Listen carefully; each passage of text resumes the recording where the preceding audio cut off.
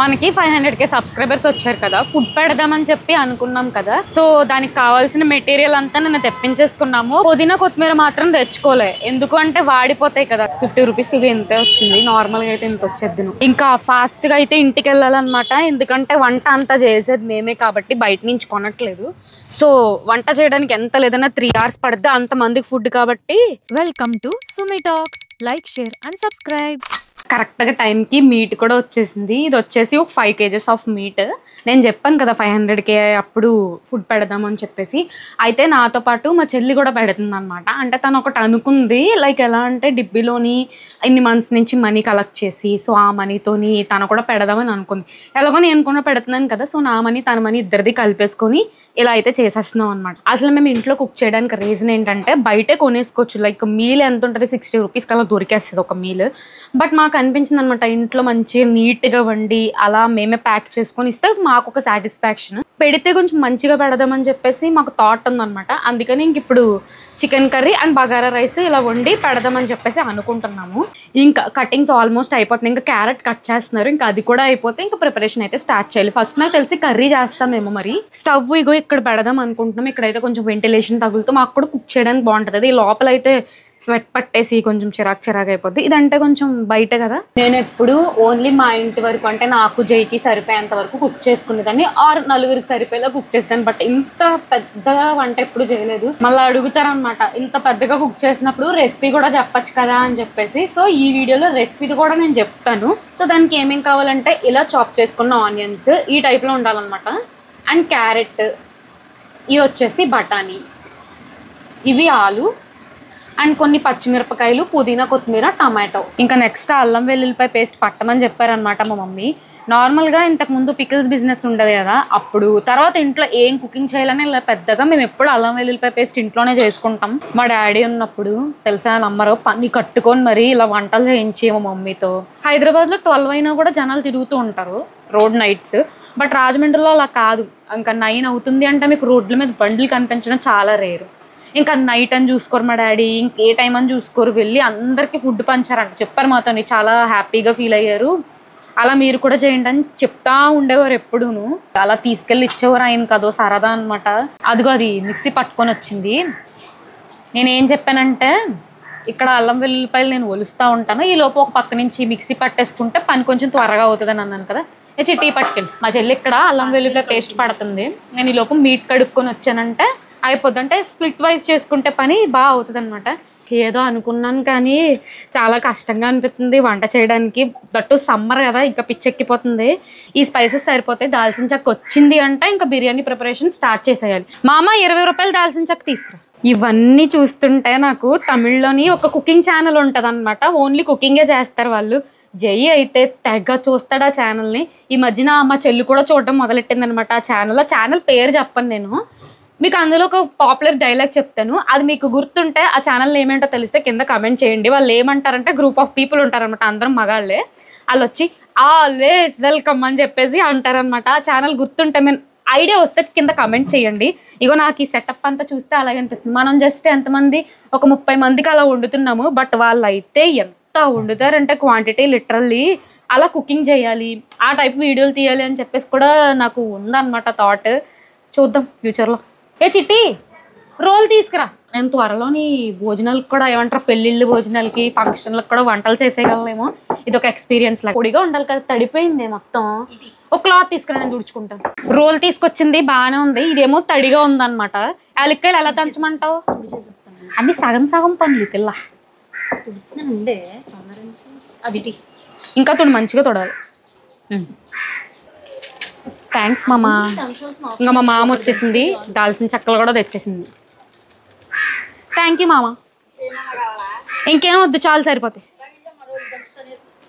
దంచుకుంటా పర్లేదు. మా మామ ఉంటుంది కదా, ఏమంటాను తెలుసా మేము దంచుకుంటుంటే, మిమ్మల్ని దంచేమంటావమ్మా అని చెప్పి అడుగుతున్నారు. ఆమెకి బాగా హెల్పింగ్ నేచర్ ఎక్కువ అనమాట. ఇగో ఇందులో కూడా ఈ వెజిటేబుల్స్లో కూడా చాలా వరకు కట్ చేసింది మా మామే. వాళ్ళ ఫ్యామిలీ వాళ్ళే కట్ చేశారనమాట. ఆ పుణ్యం వాళ్ళకు కూడా ఉంటుంది. ఆయిల్ పోసాము, వేగిపోయింది. మసాలా సామాన్లన్నీ వేపేసుకుందాం.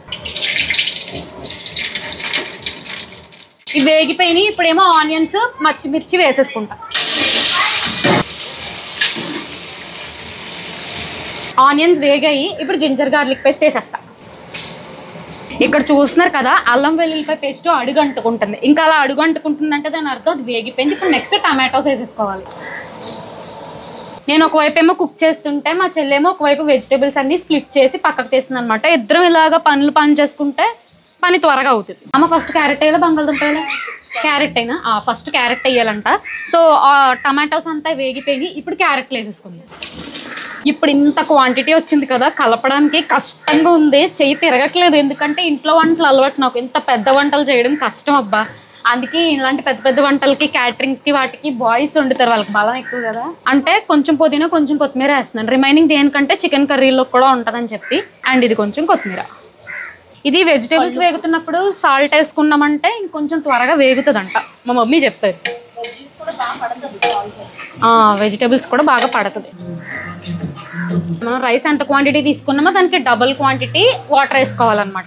బిర్యానీ అక్కడ ఎసరు మరుగుతుంది కదా, ఈ లోపు టైం వేస్ట్ చేయడం ఎందుకు, చికెన్ కర్రీ కూడా వండేసుకుందాం, టైం సేవ్ అవుతుంది. ఇక్కడ ఆల్రెడీ నేను స్టవ్ మీద ఇది ప్యాన్ పెట్టేసుకున్నా అండ్ ఆయిల్ కూడా మరిగిపోయింది.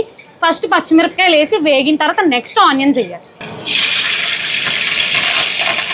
మిర్చి వేగిపోయింది, అందుకే ఇంక ఇప్పుడు ఆనియన్స్ కూడా వేసేసాను. ఇప్పుడు ఈ వంట చేస్తూ వంట ఎక్స్పీరియన్స్ బాగా వచ్చిందనమాట, ఎక్కువ మందికి వండడం. అగో మా చెల్లి పెళ్ళికి కాంట్రాక్ట్ నాకే ఇమ్మని చెప్తాను మా అమ్మ.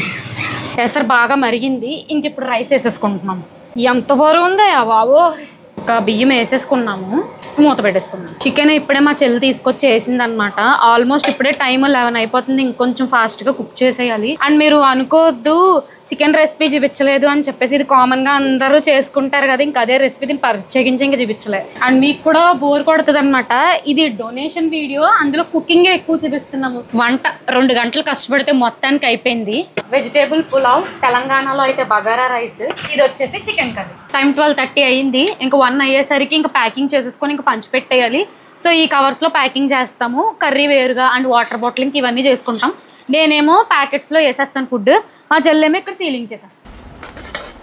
ఇప్పటికి ఎన్ని ప్యాకెట్లు చేశానో ఇదే నాకు తెలుసా, ప్యాకింగ్లు ఇవన్నీ ఫస్ట్ టైం మా చెల్లి అడుగుతుంది, బాగా ఎక్స్పీరియన్స్ ఉన్నట్టుంది అని అడుగుతుంది. సో బిర్యానీనేమో ఇందులో ప్యాక్ చేస్తున్నాము. అండ్ ఇది వచ్చేసి చికెన్ కర్రీ అనమాట, చికెన్ కర్రీ ఇలా ప్యాకింగ్ చేసేస్తాం. బిర్యానీ ప్యాకెట్, వాటర్ బాటిల్, ఒక చికెన్ కర్రీ సెట్ అన్నీ రెడీ అనమాట. టైం కూడా 1 అవర్ అవుతుంది, ఇంకెళ్ళి పని చేస్తే ఇంకా అయిపోతుంది.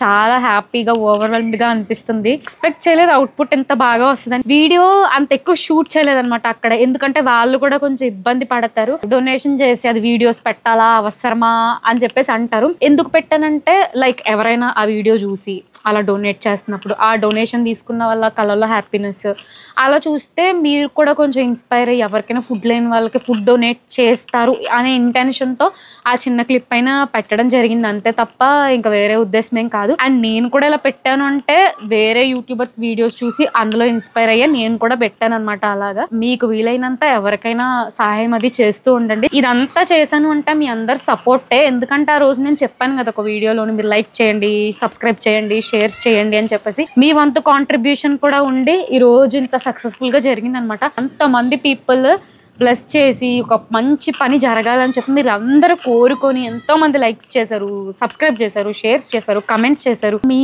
అందరూ గట్టిగా అనుకోవడం వల్ల ఇది ఇంత బాగా జరిగింది అనుకుంటున్నాను. ఈ వీడియో కానీ మీకు నచ్చినట్లయితే లైక్, షేర్, సబ్స్క్రైబ్ చేయడం మర్చిపోవద్దు. సో ఇంకా ఉంటానండి, బాయ్.